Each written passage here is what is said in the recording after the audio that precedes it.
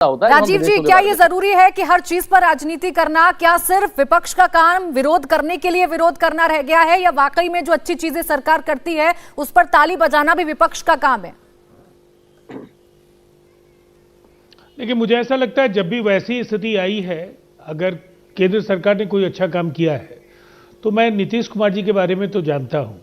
उन्होंने कई अवसरों पर केंद्र में जिनकी भी सरकार रही हो और वो जिस गठबंधन में भी रहे हो सकता है परस्पर विरोधी गठबंधन केंद्र और राज्य में रहे हो, लेकिन उन्होंने अच्छे फैसलों का समर्थन किया। लेकिन जहाँ तक इस गंगा विलास क्रूज का सवाल है, बिहार में नमामि गंगे परियोजना का जो काम होना चाहिए वो नहीं हुआ है। गंगा के गाद प्रबंधन को लेकर नीतीश कुमार जी बहुत पहले से मुखर रहे हैं और उन्होंने कई अवसरों पर कहा है कि गाद प्रबंधन गंगा की सबसे बड़ी समस्या है। अगर इसके प्रबंधन को लेकर गंभीर आप नहीं होते हैं। पीएमईजीपी योजना के तहत 10 लाख लोन लेकर क्या अपना खुद का बिजनेस शुरू करना चाहते हो? इसे लेने के सीक्रेट्स को जानना चाहते हो तो फ्रीडम ऐप को अभी डाउनलोड कीजिए।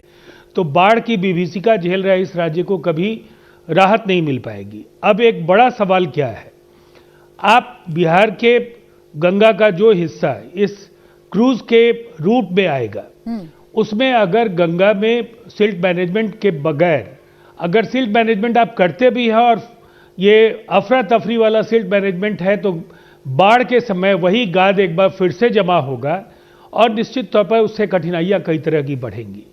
पर्यावरण और पारिस्थितिकी के जो मानक है उसके हिसाब से गंगा में जो बिहार के अंदर अभी जो गंगा की स्थिति है, निसंदेह बड़े जहाज़ों का परिचालन बेहतर नहीं है। और सैद्धांतिक पक्ष यही है कि आप इसके पहले आप सिल्ट मैनेजमेंट को एकदम वैज्ञानिक तरीके से पूरा कीजिए। दूसरी तरफ बिहार की जो बाढ़ की समस्या है, इसके निराकरण के बगैर तो कई महीनों तक तो इनका परिचालन ऐसे भी नहीं हो पाएगा। और भारत नेपाल का जो संधि है, सबसे ज़्यादा बाढ़ का शिकार अगर नेपाल के द्वारा छोड़े जाने वाले जल के कारण कोई होता है तो वो बिहार होता है।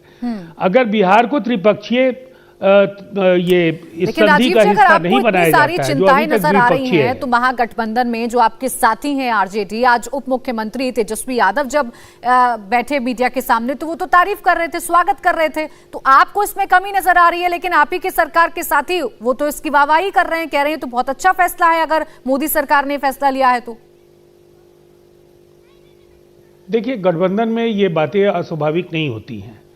नोटबंदी के ज़माने में हम लोगों ने नरेंद्र मोदी जी के फैसले का समर्थन किया था और उस समय हम लोग महागठबंधन की सरकार में थे। ये बात अलग है कि जब बाद के दिनों में ये हालात जब बहुत नहीं सुधरे और नोटबंदी का कोई जो उद्देश्य था पूरा होता हुआ नहीं दिखा, तब नीतीश कुमार जी ने कहा कि आपको ये जरूर कहना चाहिए कि नोटबंदी जिन उद्देश्यों के लिए लाया गया वो पूरा नहीं हो पाया। लेकिन इसका मतलब क्या है, गठबंधन में इस तरह की असहमतियां होती हैं, लेकिन ये एक वैज्ञानिक तथ्य है, जांचा परखा तथ्य है और इस तथ्य की अनदेखी करके मुझे नहीं लगता है कि ये बिहार के साथ कोई बेहतर जो ठीक है। अभी आप इसे महागठबंधन में लोकतंत्र बता रहे हैं, लेकिन इसको लेकर सवाल खड़े होंगे कि दो राय क्यों है। लेकिन के शर्मा जी, क्योंकि आप ही से सवाल बार बार जेडीयू भी पूछ रही है और अभी समाजवादी पार्टी से जो प्रवक्ता बैठे हैं वो भी पूछ रहे थे कि आप ले तो आए, लेकिन इसके जो परिणाम अब होंगे उसको लेकर आपने क्या विचार किए हैं? जो चिंता अभी राजीव रंजन जी जता रहे थे और जो अभी